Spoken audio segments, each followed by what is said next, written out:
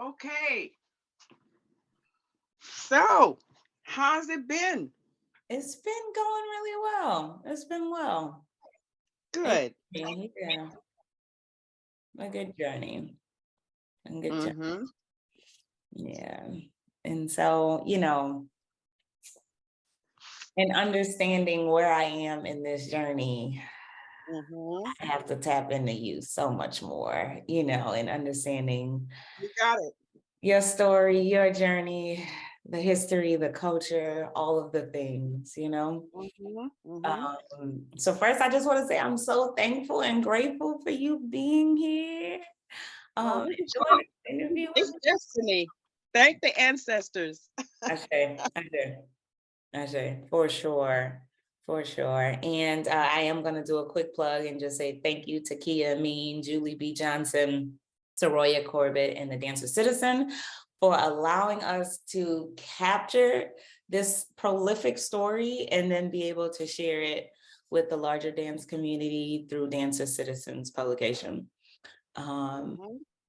and so, yeah, Mom, I'm ready to jump in if you are. I got questions. I got all the questions.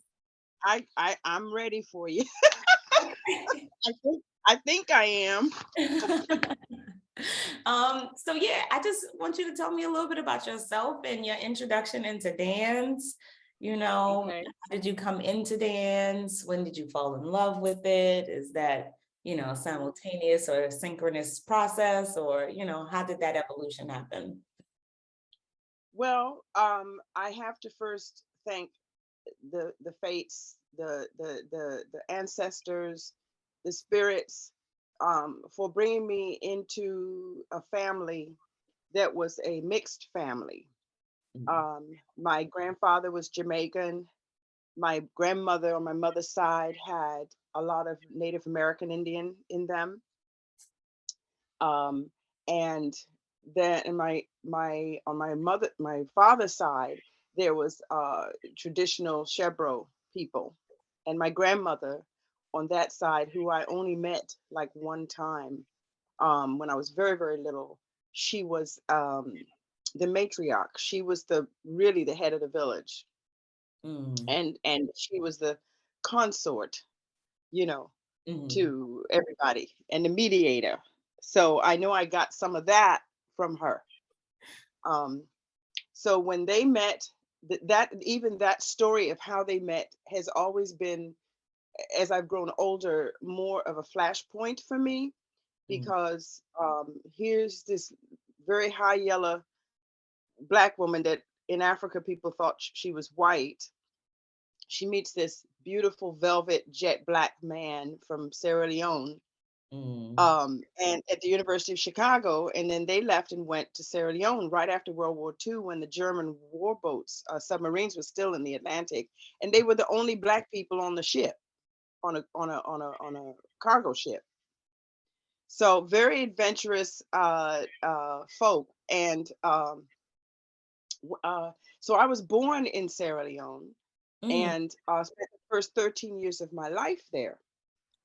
My Wow. father was a minister. Both of them were mission quote missionaries. My father was a minister in the Evangelical United Brethren, which is now the Methodist United Methodist Church. So I grew up, in the Christian ethic, but around me every morning I was hearing the muhaddin calling the Muslims to prayer, Mm, you know, and I was surrounded by people who were my father was the principal at Fort Bay College, which was, so I was a college brat child, with on one of the oldest campuses in the west coast of Africa.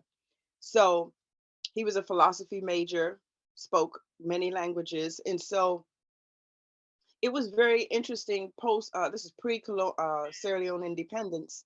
So I grew up in an environment where black people, white people were kind of like there, but I was kind of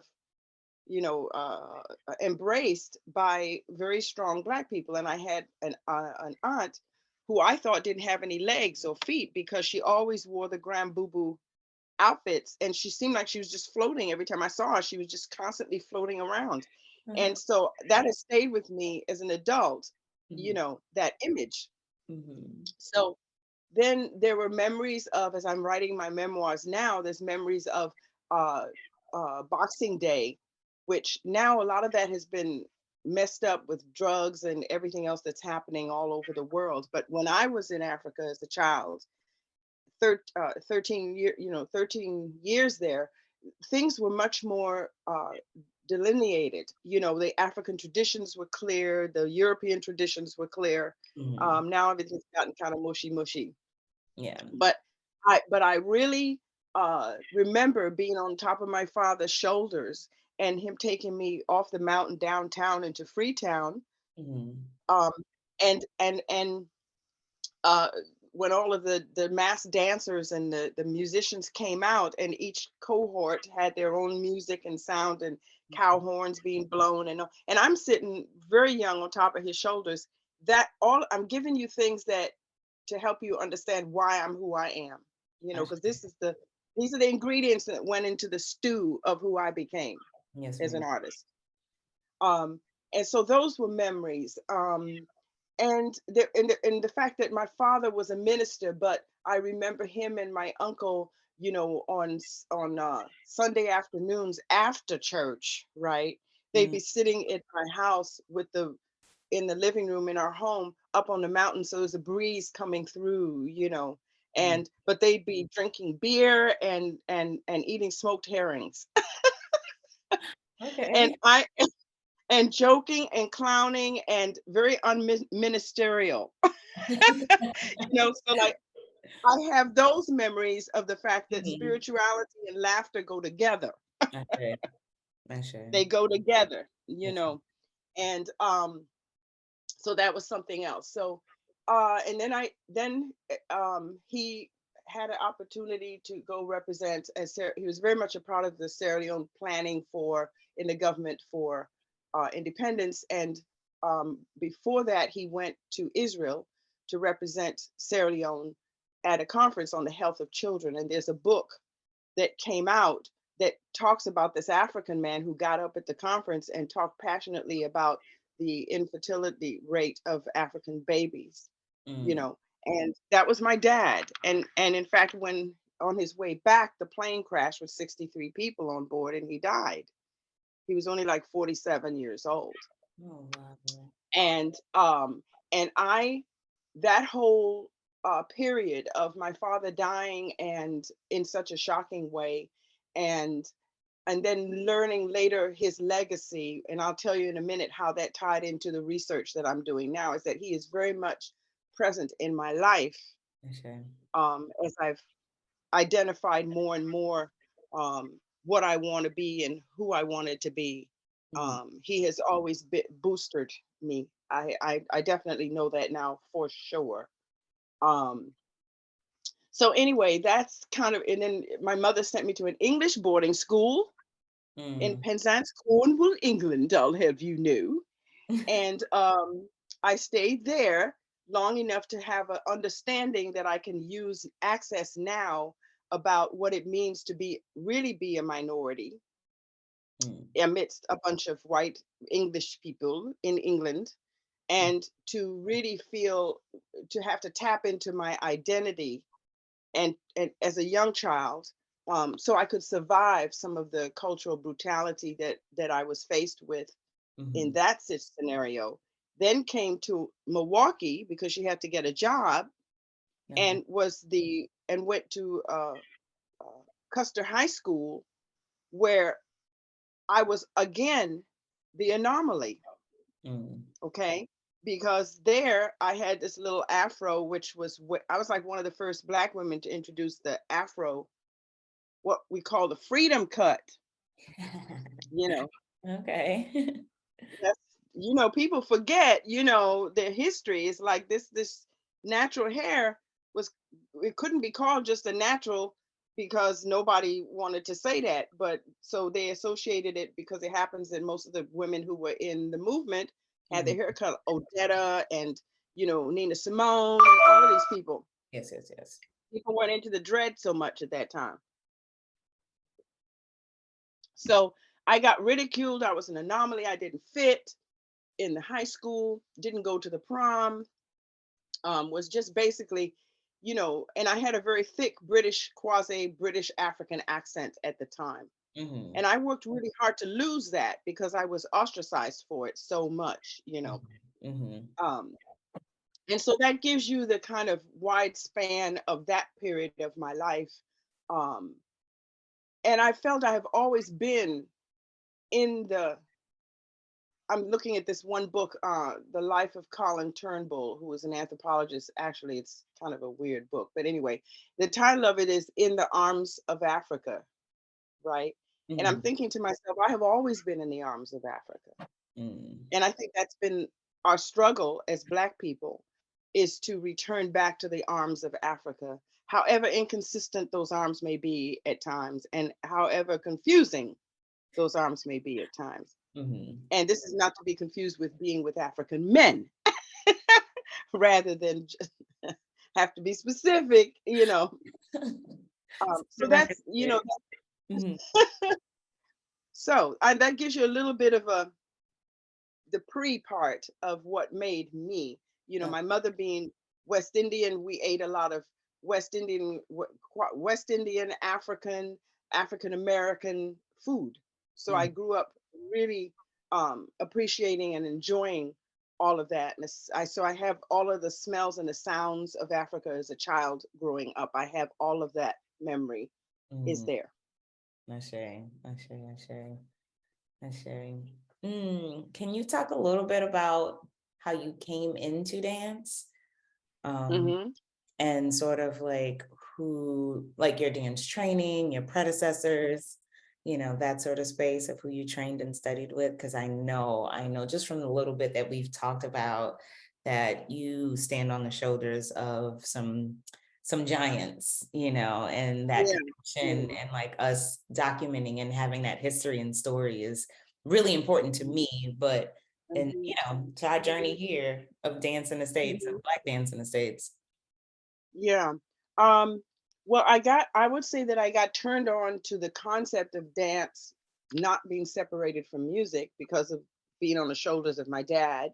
Mhm, I understood, as a child, I didn't understand, but I understand now how important the music is, or rhythm is, and the sounds, the shuffling of the feet, the agogos, the mhm, drums, the singing, the chanting, how all of that is the dance that I know that makes me feel comfortable. mhm, Um, so I was turned on to the concept of dance, and my father used to play. I grew up listening to a lot of different kinds of music, and I grew up listening to the scores of Broadway shows. okay. So in my mind, in Africa as a little girl, I just knew I was going to be a dancer. At that point of reference, I was going to be a Broadway dancer. I Mm, knew I was going to be a singer. I knew I was going to be in the performing arts because that was just who I was as a child. My nickname, traditional nickname, is Yonkoto. And Yonkoto means always messing around. Okay. Never understood what that meant until now. I was like, how fitting, right? How fitting. How fitting. How fitting. Yonkoto. There's Yonkoto again. Look at her. So then I would say that I was blessed to be taught to have the experience of a Pearl Primus. That was my first big thing for me. I was just I was high school, and Pearl Primus, strangely enough, was brought to Milwaukee Mm, um, at the YMCA through the Wisconsin Dance Council, I think it was. wow. Um, you can imagine how many years ago that was. And I remember I had just I was just beginning to grow up and feel the beauty inside of me and realize that it was going to be a battle for me to uh, accept how I looked, Mhm, you know, as a Black woman. And I walk into this room and there is this big, dark, Black, buxom woman mhm, with bracelets all down her arms and a gele on and a flat nose like mine and big buttocks like mine. And she she slayed me.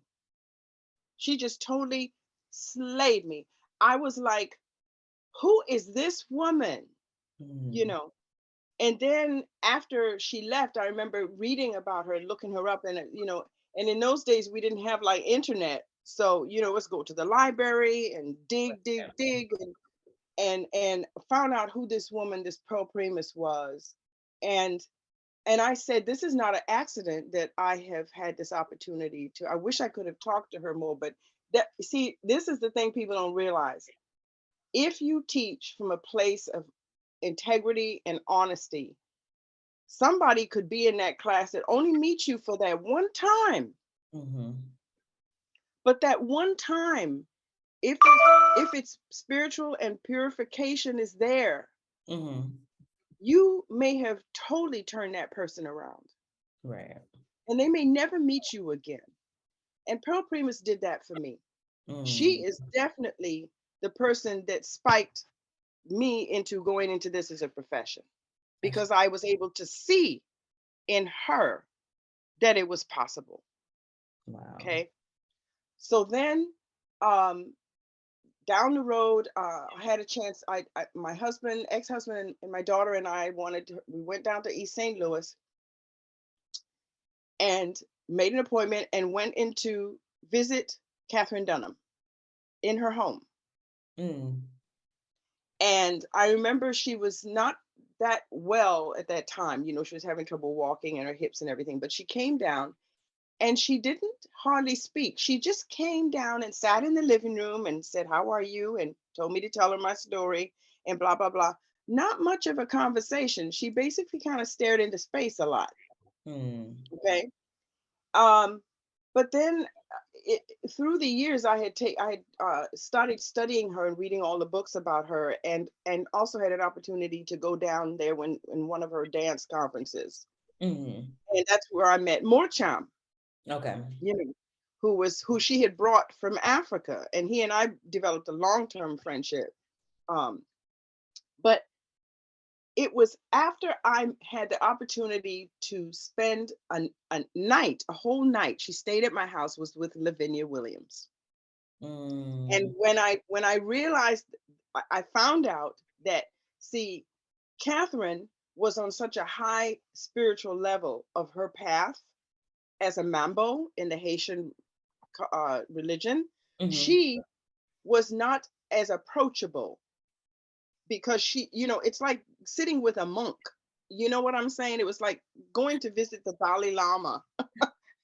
You know, you Right. don't ex- you don't expect a hee hee ha ha kind of conversation because they're on a whole nother Mhm. spiritual plane, right? Yes, But ma'am. Lavinia was accessible.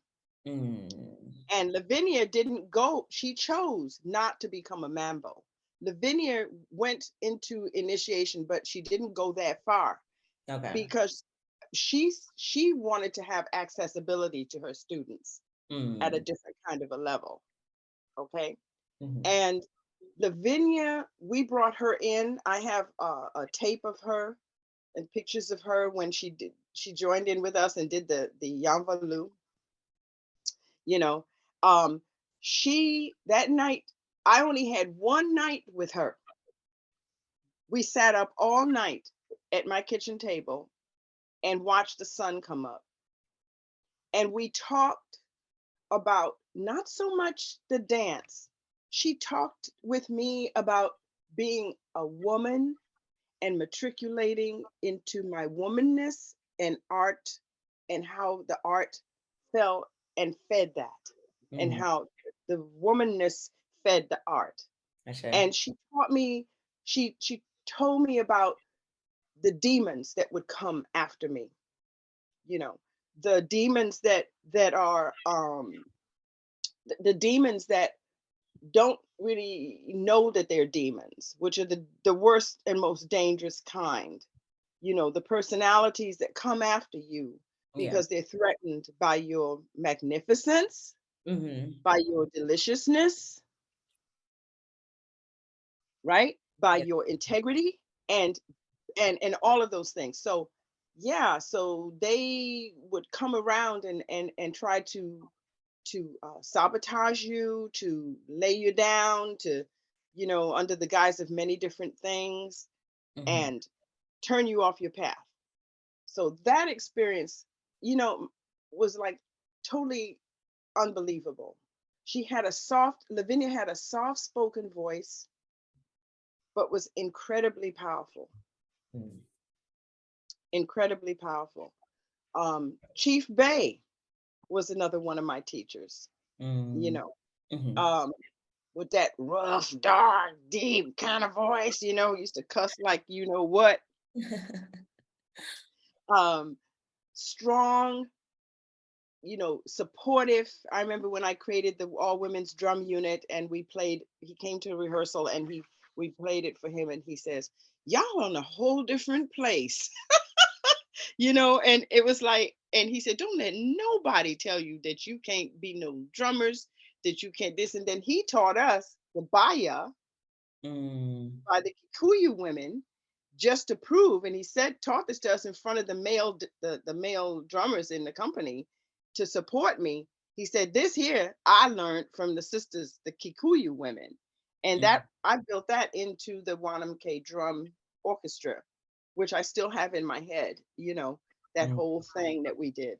So that the baya rhythm was a African woman's drum. And I remember as a child, the bundu, the women, young girls going into the what we can call or sandi, going into the University of the Forest. Okay, mm, um, and when they would come out, they'd be covered in white clay, hojo, right? And I remember seeing the girls coming out when they had finished their training. mhm, And let me tell you, there were no men playing drums; it was women playing drums. mm. Wow. Okay. So I know that there was some kind of cultural, um, what is the word I'm looking for? Cultural hidden thing that brothers went through when they first got their hands on the drums. They went into this whole macho machismo thing that this is the djembe is a man's drum and Mhm, women don't drum in Africa and blah. Went through that whole period now that has stopped because it's everybody knows it's not true. But remember, there was a period where the brothers were like that was their domain, mhm, and a lot of people like Chief Bay and all of them were like, "What y'all talking about?" Right? So that whole experience of women playing drums and my creating the 9 Wanamke Ngomas, which we premiered in New York, and we were the first all women's drum group to actually appear in New York City as an okay. orchestra. Okay, so all of that. I think about the Chief Bays and I think about Yayo Dele Nelson from the Women of the Calabash, Mhm, who taught me how to play shekere, mm, right? Another amazing spirit that people don't talk about a whole lot. She was very, very important mm, in the movement. Rhonda Mormon from International African American Ballet, who we're still friends today. John Blanford, you know, um, Wilhelmina Taylor, who is still okay. alive and active in New York. I Ashe. mean, these are people who have such a long history and who, we influenced each other, but they really influenced me because I was just, newly coming up, and I don't believe that I had half the talent that Rhonda Mormon had, and that group that was in the International African American Ballet, they were really exceptional. That you couldn't tell the difference when you saw them on stage from them and Les Ballets Africains. That's Mm, how much they did their research. But then they went to Africa every year, you know, mhm, and their reason for going to Africa was not to grab and take, you mm, know, because now I feel we're in a culture where everybody has to have, because of the internet, there's so much access out there that you can just go onto YouTube and just grab and take, yeah. grab, snatch, grab, take, grab, snatch. And then you do that so long that you start to think that what you grabbed was yours. Right. And so you end up like propagating something that's actually not yours because you haven't done any of the wood shedding to develop your voice Right. because you're now in the grab, snatch, take culture. Yes, ma'am. Okay. Whereas I'm grateful that when I came up and the people I came up around, we were not grab, catch, snatch people. We Right. actually, if we saw something that fascinated us, we wanted to go learn what it was and who and why, you know. And then if we came back and we reformulate, we would reformulate stuff for the American audience, but we always said where it came from Right. and who inspired us to do it. So there you have it. So that's and I could go on and on and on about other people, but those are the main people that kind of like really. And then there was Alvin Ailey, Mm. who I have a letter from because I Mm. wrote to Alvin Ailey when I was young and was getting ready to go to Ghana to study. And I wrote to him how much he inspired me and blah blah blah. And I never expected. Hold on, Mama. Hold on 1 second. Something's happening with the sound, and I Okay. don't want to lose this because this is the good stuff here. Um, okay, I think we sorted it out. It was something going on with the speaker. Let's Mhm. see. Okay. Everything okay? Yeah. Yes. So the Alvin Ailey, I did, like I said, I wrote to him as a young dancer, and I didn't expect anything back. And I'd hoped, but I didn't put too much into that. And then the mail came, and then here's this letter from him, handwritten, Mm. and I was like, wow. And he says, stick to what you're doing. I think it was handwritten. It's been a minute. I'd have to look at that again. But when I looked, I said, he said, dear Fern. And then I looked about, I said, Alvin Ailey. Alvin Ailey. Wow. So yeah, it's I've been blessed with that. Ashe, Ashe. We are so grateful for your blessings. We really are, because you have paved the way. And so that's some of the stuff that I kind of want to talk about. Though I know a small portion of your story. I do want us to talk a little bit about your history and your journey into going into UWM and Uh-huh. University of Wisconsin, Milwaukee. And that journey and process. And then, after we kind of dive into that, I would like to talk about your journey into creating Ko-Thi and Yeah. legacy Okay. as well. So yeah, I mean, I guess it would be interesting to know sort of the timeline of the two, sort of Mhm. like which came first, or how did all of that kind of develop? Well, it really developed simultaneously Ashe. Okay. because I was I had just had my daughter in 1971. The company I created in 1969. Okay. And I had my daughter in 1971. 1971, 72 semester, I boldly walked into the Department of Africa. The Department of African American Studies is what it was called at the time. It's had new changes now, in terms of what it's called Africology, and Mhm. it's many different changes. But I didn't have anything to do with the dance department or anything like that because my experience in the dance department as a student at UWM was not a good one. I remember being in a ballet class and the ballet instructor telling me that I needed to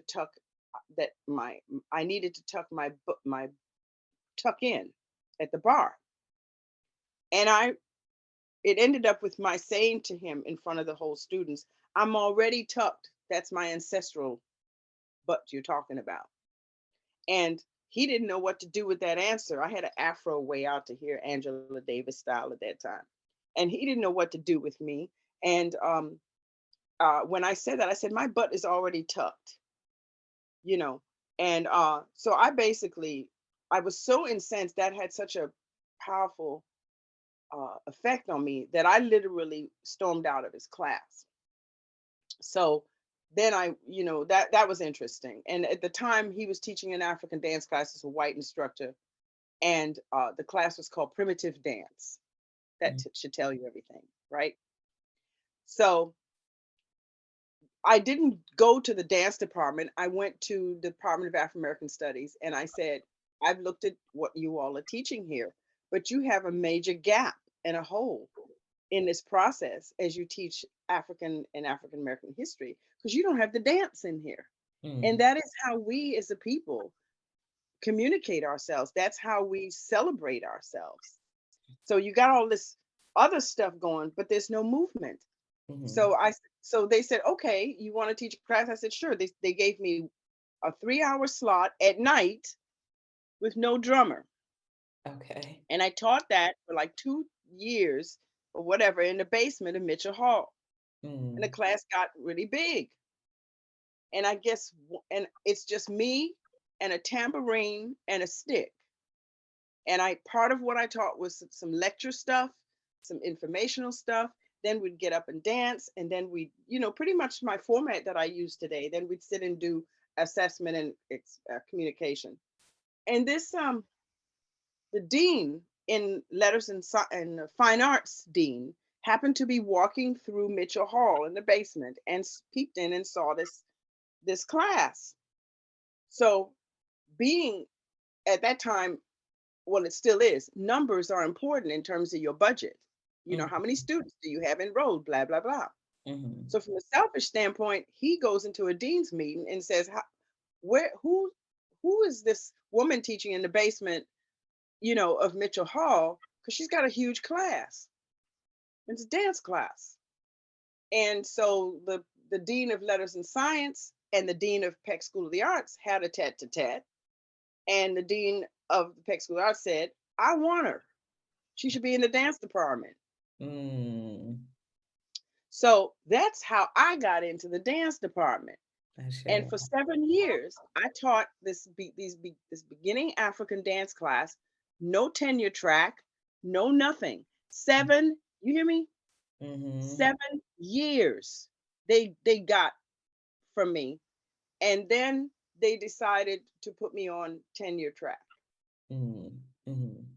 Okay, well, not tenure track. I actually just put me on as full time faculty. Because I was ad hoc or what have you at the time. So Mm-hmm. then it started to count. So my first 7 years at UWM weren't even counted. Wow. Okie doke. So fast forward, um, I don't have a master's degree. I don't have a PhD in the ivory tower um, experience. Mm-hmm. However, I know that the ancestors have given me a master's degree and the ancestors have given me a PhD. I share. How do I know this? Is because actually, yeah, how do I know this? Is because I was put in a situation in an institution where that was the only way you were considered valid. Mm-hmm. However, I made sure that I could teach just about everything, even if they'd handed me a ballet class to teach, I could have taught that. Mm. I made sure I could teach composition. I diversified my palette. I read everything, Mm-hmm. right? And then I started digging into my own cultural aesthetic and made sure that I could and started developing courses. Okay. Now, soon they realized, oh crap, you know, Fern, this semester, so and so, can you teach this? Sure. And that's how I wiggle my way in to teaching comp 1 and 2, Mm-hmm. you know, to teaching, a lot of the courses. And then that's when I developed my own course and said, okay, here, I got a history class because I don't understand what y'all are doing in your dance history class because it doesn't talk about Black people at all. And I'm tired of coming in just when they're going to do the Black thing, and talk about Black dancing is in one semester, one course period time. Like Mm-hmm. that's all we got. I said, I got a whole semester's worth of stuff. Mm. Okay. And so they said yes. And that's how this whole thing blossomed. Um, then I said, why am I doing all of this work and we don't have a major or sub major or what have you? And that's how the African track kind of grew. Mm-hmm. And I had a lot of resistance in Can you that talk about faculty that? during that time. Yeah, none of those people are around now. Mm-hmm. Okay. whole nother crew of people. I think Simone might have been there at the end of it when we were putting stuff together, but none of those people are there now. And putting the African dance track together. Have you seen it? I think, did I send that to you? No, I haven't seen it. I have. Okay. Okay. I will make sure that I get you the curriculum. It's not complicated or anything. And they still using it because it's on the, that's your African dance uh second level African technique class Hmm. is inside of the African track module. Right, right, right. So Yeah. it's still there. Um, so that's, I mean, I had comments made to me like, because I had to write the rationale for why it was done, and I'll send you all of that. Okay. Yes, ma'am. Um, it was interesting, and I realized these people are threatened, Mm. and this is way before this whole woke thing that's going on now, and the discussions that are being held now about black curriculums and Hmm. all of this. This is before that. Um, but I knew it's always been there. It's always been there. And we cannot be naive Hmm. in our knowingness of the truth of who we are and what our aesthetic is and what our people bring to the front, in terms of the work and Okay. the art form. We cannot allow it to be ourselves to be sabotaged, okay? Because you know what? We can't lay sleeping because it is a battle. Hmm. It has always been a battle and it will always be a battle. Hmm. Because for the world and some people in the world to accept that we have an aesthetic, even though they use it all the time, I Hmm. can't tell you how many movies I've seen where when the white folks are getting together and singing and dancing with one another and loving on one another, guess what? They use black music. Right. Yeah. And what would modern dance in America be without the black aesthetic? Hello. Yes, mama. Yes. It says yes. So that's how that whole track thing happened. And then I inserted, it turned out because we do, for some reason, it comes part of our heritage, tend to, without knowing it, be the grandmothers wherever we end up, no matter how old you are. Hmm. The students started coming to me. So I left my door open in my office.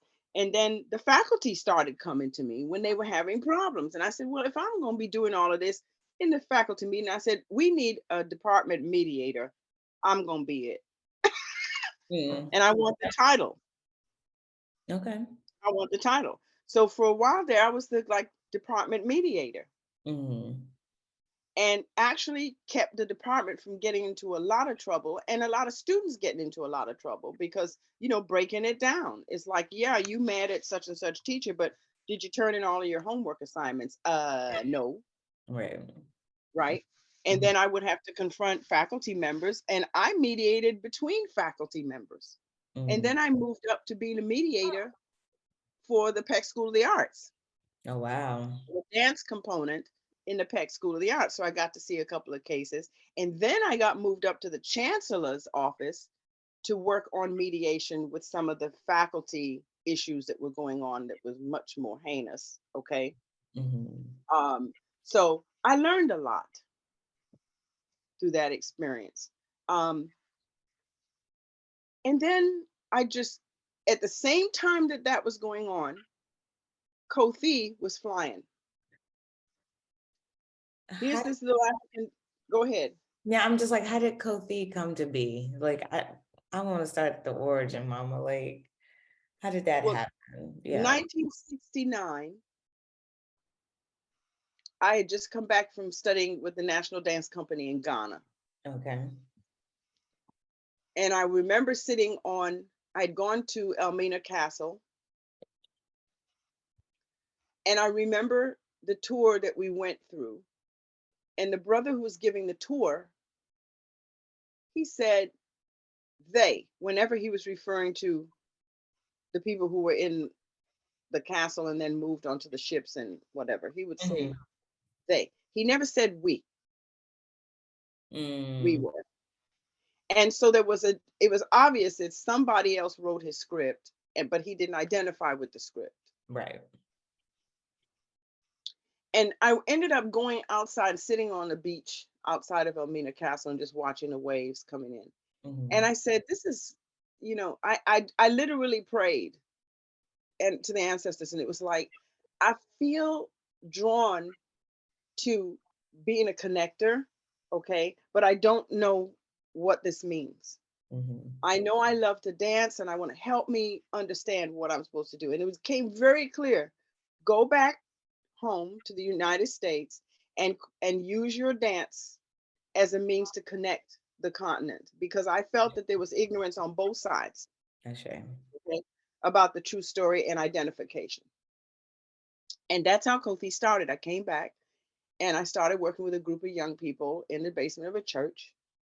And then it was, I'll tell you, the interesting thing about Ko-Thi is that for the first 20 years, 10, 15, 20 years, we never needed to have a booking person because the calls just came in.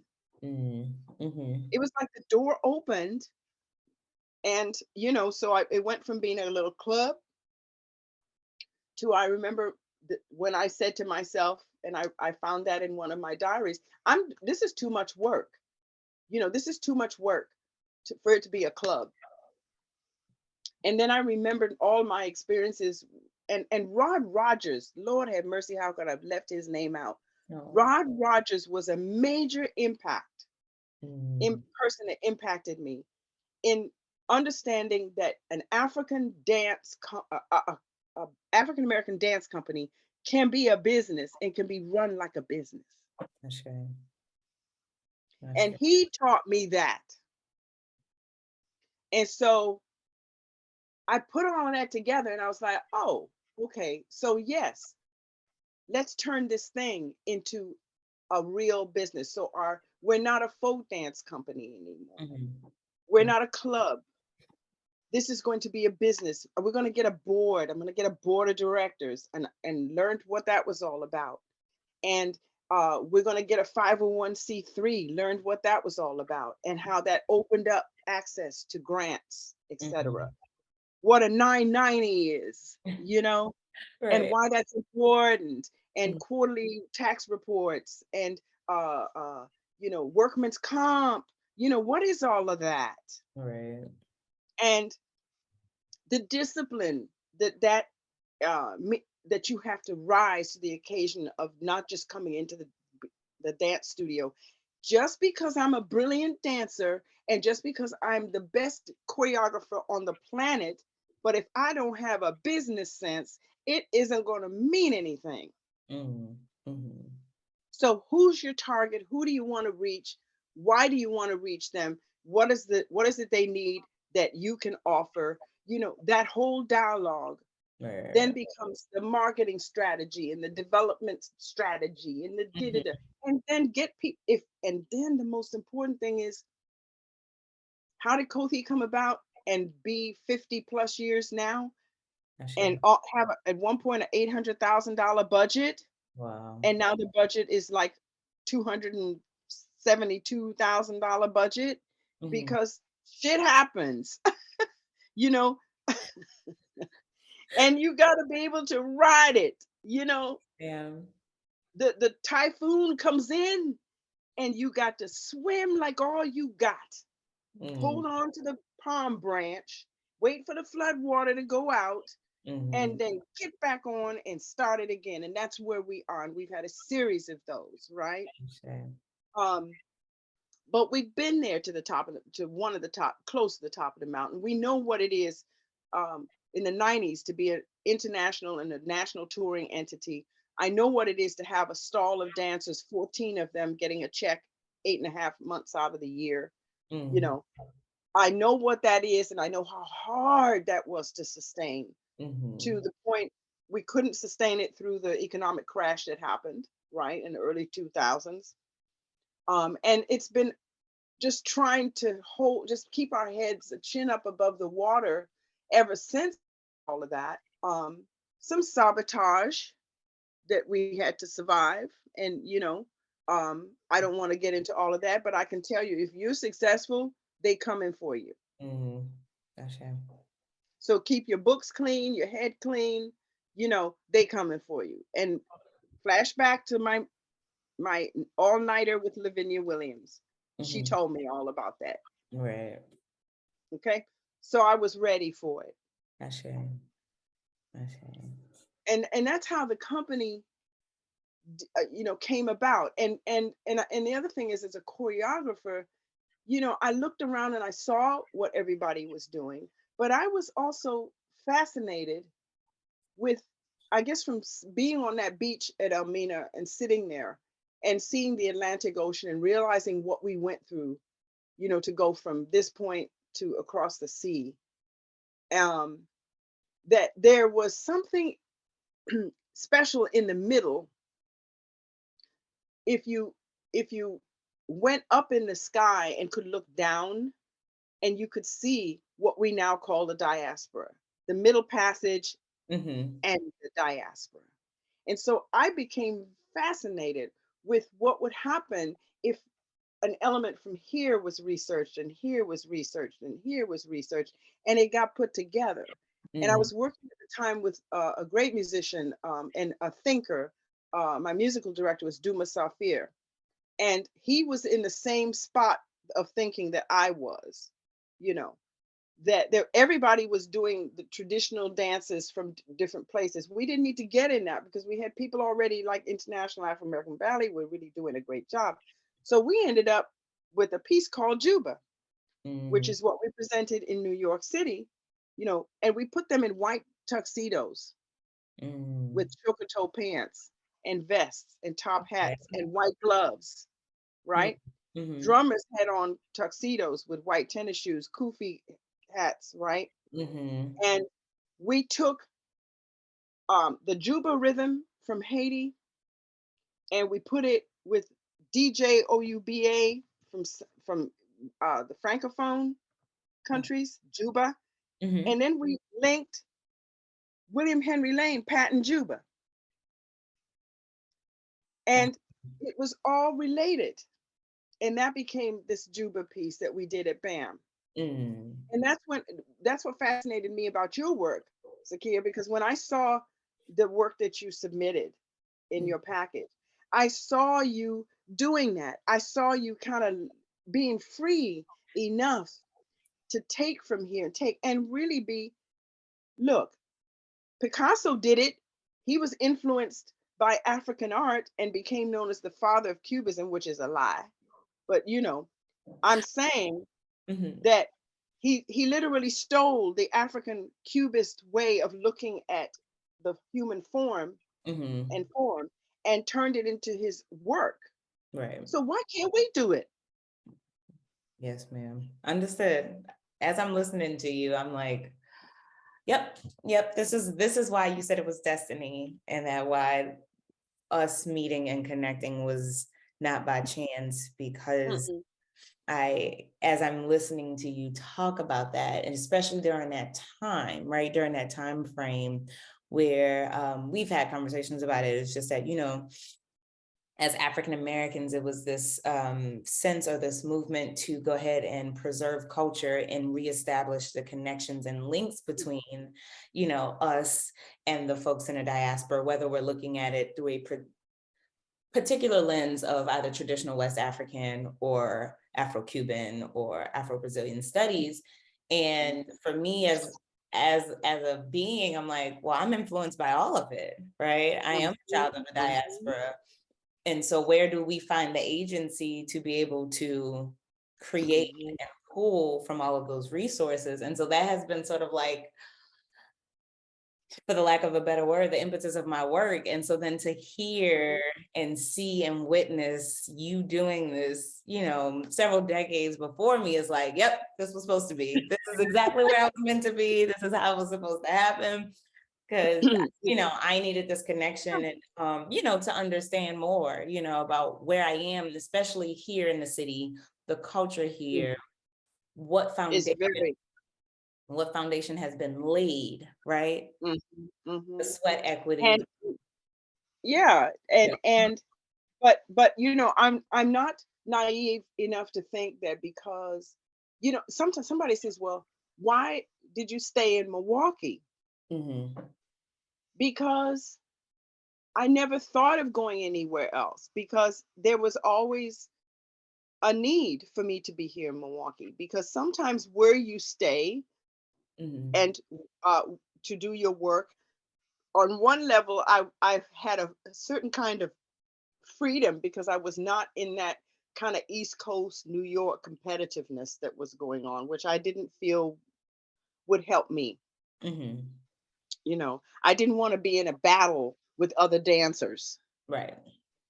Okay. I didn't, that never crossed my mind that that's where a place I would want to be.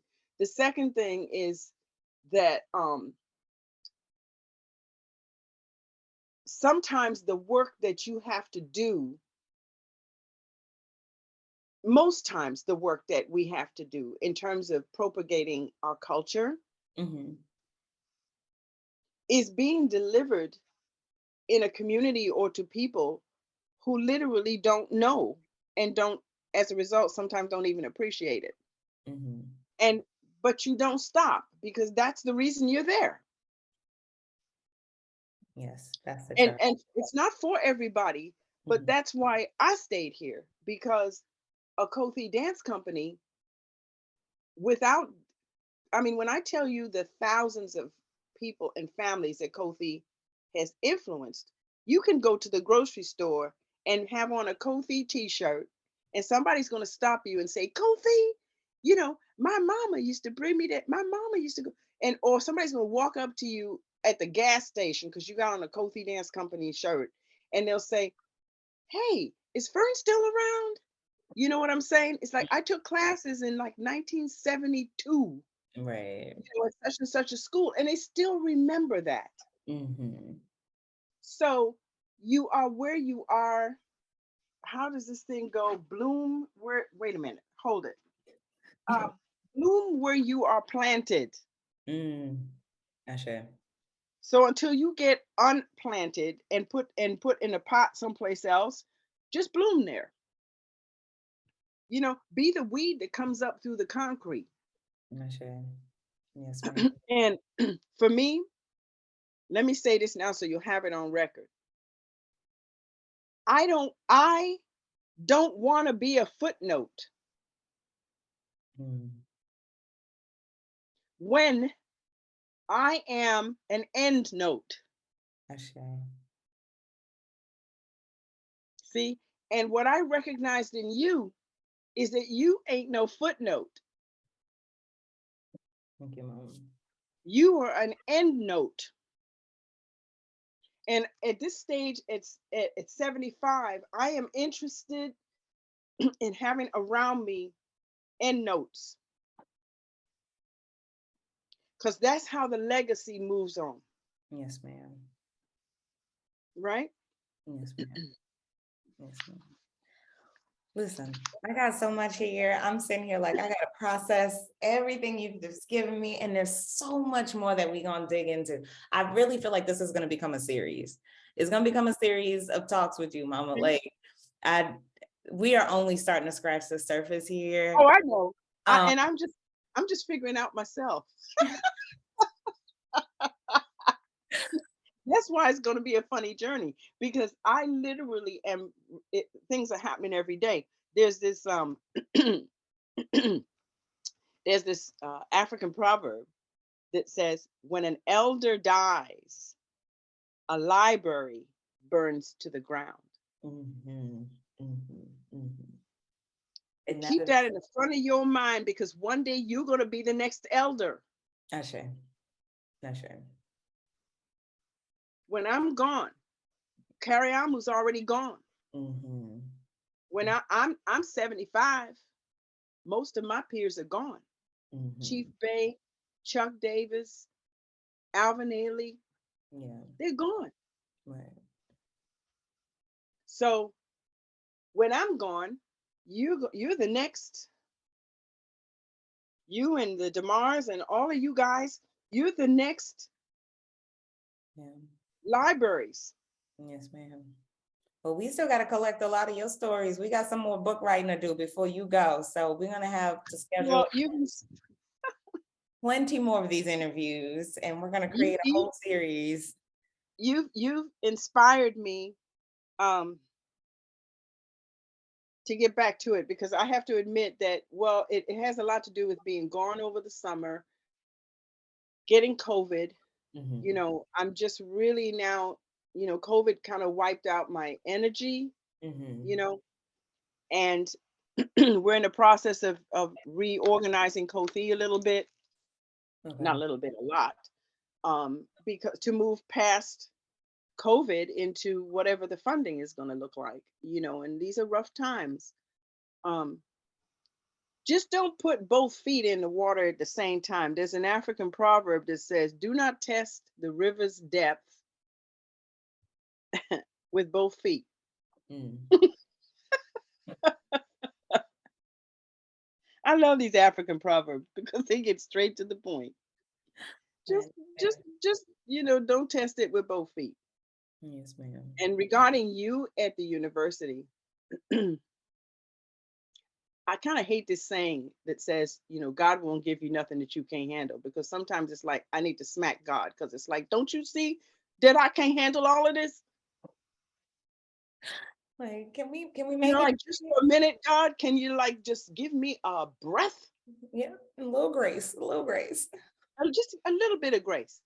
But I do feel Mm-hmm. that whatever is being given you on your plate now, Mm-hmm.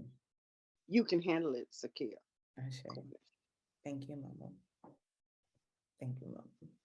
And what you cannot handle, ask for help. I say,